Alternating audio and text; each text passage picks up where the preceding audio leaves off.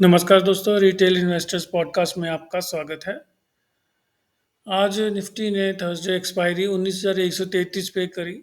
पूरा दिन निफ्टी एक रेंज में ही घूमता रहा। गैप अप ओपनिंग ज़रूर दी यूएस फेड के न्यूज़ को सुनने के बाद, बट उसके बाद एक छोटे दायरे में एक छोटी रेंज बना के पूरा दिन देखिए आप उसी में ही घूमता रहा है। लास्ट फ्राइडे जब हमने बात की थी तब भी निफ्टी यहाँ से कुछ 100 पॉइंट या 80-90 पॉइंट ही नीचे था और अभी भी लगभग उसी ही रेंज में फंसा हुआ है। तो एक मोटा मोटी एक रेंज निकल के आ रही है। ऊपर की एक रेजिस्टेंस है 2235 के आसपास की। देखिए मल्टीपल टाइम फ्रेम्स पे बहुत बड़ा ये पहले एज अ सपोर्ट का काम किया था इसने, अब वो रेजिस्टेंस बन गई है। और उसके बाद जो नीचे की तरफ 18,800 ये हमने बॉक्स बनाया हुआ है काफ़ी देर से, एक रेक्टेंगल जो सपोर्ट जोन की तरफ पहली बार से ही काम कर रहा है। तो इस जोन में ही बीच में ही फंसी हुई है। अब देखते हैं किस तरफ निकलेगी। जब हमने बात की थी जो इस सब के उस टाइम पे प्रेशराइज कर रहा था वो थी US 10 year yield. I remember के भाई जब हम लोग बात कर रहे थे कि भाई ये तो 5% हो गई है, ये अब 7% हो जाएगी, पता नहीं 50% हो जाएगी। बट हुआ क्या, उसके उल्टा ही हुआ कि 4.67% आ गई है। और लगातार अब ये नीचे को इसका लग रहा है कि सरकने का जो सिलसिला है वो शुरू हो गया है। अब यूएस 10 ईयर यील्ड जब नीचे आएगी हमें पता है कि क्यों आएगी नीचे, क्योंकि इसकी पोजीशनिंग बहुत ज़्यादा बेयरिश थी। Most of the people, most of the fund managers, even bill Ackman जो है, आप सर्च कर सकते हैं उसके बारे में, he was also short he, and उसने अपना 4.9 के आसपास अपना बॉन्ड शॉर्ट को काट दिया और वहाँ से ही एक साइड डाउनवर्ड्स मूव चालू हो गया है। उसका रीज़न भी था कि भाई मल्टीपल बहुत पुरानी डेकेड्स ओल्ड ये 5% की थी और एक साइकोलॉजिकल लेवल भी था ये रेजिस्टेंस के तौर पे जो बन के आया। तो अब नीचे आ रहा है तो ऑब्वियसली हमारी मार्केट को सपोर्ट मिलेगा ही मिलेगा।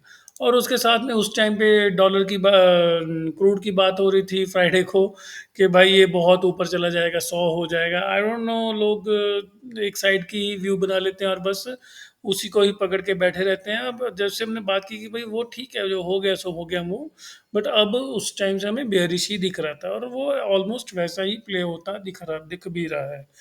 इंडिया की स्टॉक मार्केट्स थोड़ी सी ज़्यादा वीक हैं अभी भी। अगर हम लोग डाउ जोन्स को देखें आप, तो इसने बहुत ही अच्छा एक रिवर्सल दिया है। अब देख रहे हैं एक रिवर्सल बहुत ही अच्छा दिया है, बट यू इंडिया की मार्केट में भी वैसा रिवर्सल देखने को नहीं मिला है।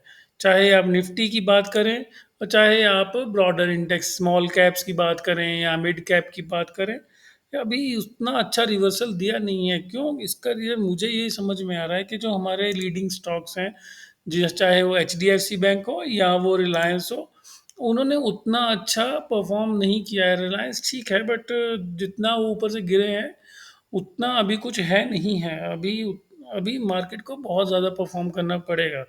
बट एक तरह से देखा जाए, एक बार निफ्टी 50 के चार्ट पे फिर से चलते हैं कि ये जो एक बेस बिल्डिंग जैसा बनना शुरू हो गया है ना, अगर हम लोग इसको 1 आवर के टाइम फ्रेम पे देखें तो ये बेस जैसा बनना शुरू हो गया। एक हायर हाइज का सिलसिला शुरू हुआ है, सॉरी हायर लोज का सिलसिला शुरू हुआ है। हायर हाइज नहीं ही बने हैं अभी। 230 का जो हाई था वो नहीं कटा है, बट एक हायर लोज का सिलसिला तो बनना शुरू हुआ है। ये देखिए, ये एक लो रहा, ये दूसरा लो और तीसरा लो और उसके बाद आज का लो। सो पिछले 4 दिन से लगातार मार्केट हायर लोज ही बना रहा है। मुझे लगता है कि ये अच्छी बात ही है। अब जैसे डाउ जोन्स इंडिकेशन दे रहा है कि फिर से ये 400 पॉइंट डाउ जोन्स ऊपर है, और तो हमारी मार्केट मान लो कि निफ्टी भी कल 100 पॉइंट ऊपर जाती है तो फिर वही 230 की जो ये रेजिस्टेंस है यहीं पे ही आके फिर से फंसेगी। मुझे लग रहा है कि अगर ये थोड़ा टाइम भी 1-2 दिन और, मान लो कि फ्राइडे हो गया या इवन मंडे का सेशन इसके आसपास निकाल दे, तो ये मुझे लगता है कि ये अच्छी बात होगी। ये इससे क्या होगा कि एक बेस मिलेगा, एक मल्टीपल सपोर्ट एरिया मिल जाएंगे। जैसे कि मान लो अभी अगर ये 230 250 को तोड़ के ऊपर जाती है तो अब उसके पास 150 की स्ट्रांग सपोर्ट होगी। ऐसा नहीं होगा कि ये एक मतलब बेकार होगा कि भाई नीचे कुछ है ही नहीं, सब गैप्स ही मिल रहे हैं।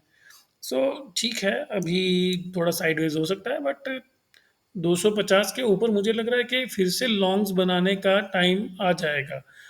पहले टारगेट क्या होगा, अगर 250 के ऊपर जाता है तो सीधा ऑब्वियसली 500 का टारगेट ही पकड़ना चाहिए। यहाँ से अगर निकलता है तो एक 250 पॉइंट का अच्छा मूव मार्केट दे निफ्टी दे सकती है। और वहीं अगर बैंक निफ्टी की बात करें, बैंक निफ्टी भी ठीक है, सिमिलर थिंग ही है। इसमें भी देखिए एक मल्टीपल सपोर्ट रेजिस्टेंस एरिया है, जो उसमें ही अब उसका रेजिस्टेंस बन गया। कौन सा है वो? 43,700 से लेके 43,300 तक। यहाँ से ऊपर निकलेगा तो ऑब्वियसली ये एक अच्छा हमारे लिए एक बुलिश सिनेरियो और एक फिर बहुत अच्छी तेजी की तरफ जाएगा। अब ये अब मान लो निफ्टी 15,000 जाएगा कि नहीं, या 12,000 जाएगा कि नहीं, आई डाउट दैट कि वो इतनी जल्दी होने वाला है। मे बी वैसे क्राउड को थोड़ा और देर और थोड़ा वेट करनी पड़ सकती है। I believe in trading markets what are in front of me, not what I think it will be. वो उससे कुछ फायदा कभी होता नहीं है। ठीक है, तो अभी हमारा निफ्टी एक यहाँ पे है, साइडवेज है, और हमारा बॉन्ड यील्ड्स नीचे आ गई हैं। वो कहाँ तक आ सकती है? मुझे लग रहा है कि ये फिर से एक 4.3 तक की तरफ एक बड़ा मूव जल्दी ही देने वाली है।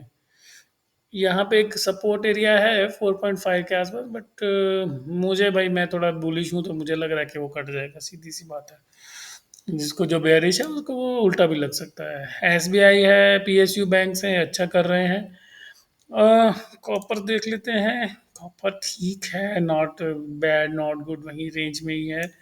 ये देखिए कब से वो रेंज में ही फंसा हुआ है। यहाँ से तोड़ा भी, बट ये इसको तोड़े को तोड़ा नहीं मानेंगे हम। इसको अभी थोड़े दिन के लिए डिलीट कर रहे थे, क्योंकि मुझे लगता नहीं इसका कोई औचित्य अभी है इसको यूज़ करने का। ठीक है, डॉलर इंडेक्स फ्लैट है, यूएसडी आईएनआर भी आई थिंक फ्लैट ही है। ये यूएसडी जेपीवाई देख लेते हैं, इसने अच्छा ब्रेकआउट दिया था 150 के ऊपर, पर ये भी नीचे आ गया। ये नीचे आए, ध्यान रखिएगा इस यूएस डॉलर और जापानीज येन को। ये नीचे आएगा तो it's positive for whole all over the world equity markets. हमने बात की भी थी इस बारे में, याद ही होगा आपको। उस टाइम पे कहीं पे आई थिंक यहाँ पे था 140 के आसपास। हम लोग खैर ट्रेड नहीं कर सकते हैं ये वाला पेयर, बट क्योंकि हम लोग इंडियन रुपीज में ट्रेड करते हैं। ओके, मिड कैप इंडेक्स देख लेते हैं, बेटर था कंपैरेटिवली। एक शेयर देख लेते हैं, हमने पहले बात की थी, मैंने एक इसके लिए एक डेडिकेटेड वीडियो भी बनाई थी कि भाई क्या आइडिया अब 25 को जाएगा कि नहीं। बहुत लोगों ने पसंद किया वैसे इस वीडियो को। बट तो इसे फिर से एक बार रिव्यू देख लेते हैं, और देखिए बहुत बढ़िया, ये जो देख रहे हो ना आप, ये क्लियर कट इंडिकेशन है कि इस स्टॉक में मैं बता रहा हूँ आपको कुछ तो बड़ा होने वाला है। वॉल्यूम्स देखिए, मैं आपको वॉल्यूम्स दिखाता हूँ। अर्निंग्स आई हैं और अर्निंग वाले दिन ही लो बन गया, और already stock is more than 30% up from last 5 days. और इतना होने के बावजूद भी देखिए आरएसआई में बहुत कुछ ओवरबॉट नहीं है। और ये देख रहे हैं, ये अच्छे साइंस होते हैं। जब ये जो ब्रेकआउट स्टॉक्स होते हैं उनमें ये अच्छे साइंस होते हैं कि इतना ऊपर जाने के बाद भी बहुत ज़्यादा ओवरबॉट ना सिचुएशन हो। ये अभी भी ये आराम से यहाँ से और 10%, 15-16 के आसपास चला जाए, तब जाके ये कुछ ओवरबॉट होगा। ये कुछ 80 के आसपास इसकी पहुंचेगी। समझ सकते हैं आप ये। और ये देखिए वॉल्यूम देखिए, लगातार पिछले 4 दिन से काफ़ी अच्छे वॉल्यूम्स हैं।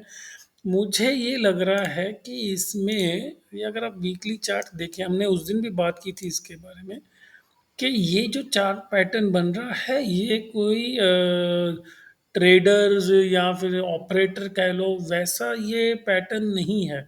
ये वाला पैटर्न आप कह सकते हैं कि ये एक ट्रेडर्स का पैटर्न है, ऑपरेटर स्टॉक हो सकता था। जब ऐसा होता है कि जब ऑपरेटर स्टॉक होता है तो वो फटाक फटाक से चलता है और वायलेंट मूव्स देता है।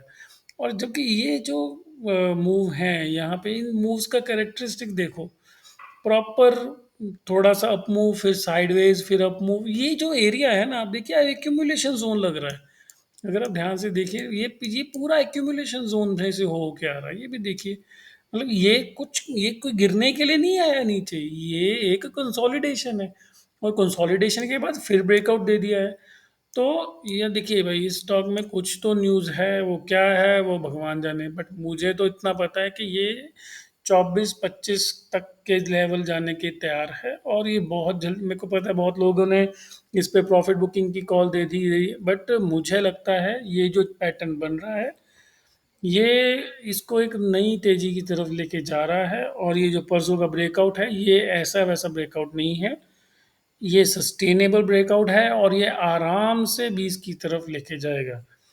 अब ये 20 इस वीक तो खैर आएगा ही नहीं बट मुझे लग रहा है कि आने वाले, समझ लो कि 6 महीने 8 महीने में ये 20 की तरफ आराम से जाएगा। बट भाई स्टॉक मार्केट है, यहाँ कुछ नहीं पता कितनी जल्दी क्या हो जाए। ठीक है ना? सो एनीवेज, ध्यान रखें दोस्तों, और फेस्टिवल सीजन चल रहा है, दिवाली भी आने वाली है। हाँ, उसको एंजॉय करें। बाकी कुछ स्टॉक्स तो कुछ खास कर नहीं रहे हैं। कुछ एक स्टॉक्स हैं, उनका जिक्र करेंगे। मैं दोबारा जो वीकेंड वीडियो बनाऊंगा उसमें थोड़ा सा रिसर्च कर लूंगा, तो फिर स्टॉक्स क्या है उनको भी डिस्कस कर लेंगे। इंडेक्स के लिए ये एक वीडियो था सिर्फ। ठीक है, आप जो भी कोई ट्रेड लें, आप ज़रूर उनके ऊपर स्टॉप लॉस रखें, अपने इन्वेस्टर, अपने फिनेंशियल एडवाइज़र से सलाह लें, और ना उनको हेज वेज करके चला करें। लॉस हो जाए तो थोड़ा ही होता है, तो उतना दुखता भी नहीं है। ठीक है ना? वरना तो अकाउंट ब्लो अप हो जाते हैं लोगों के अक्सर ही यहाँ पे। ठीक है? Okay, so take care, thank you very much.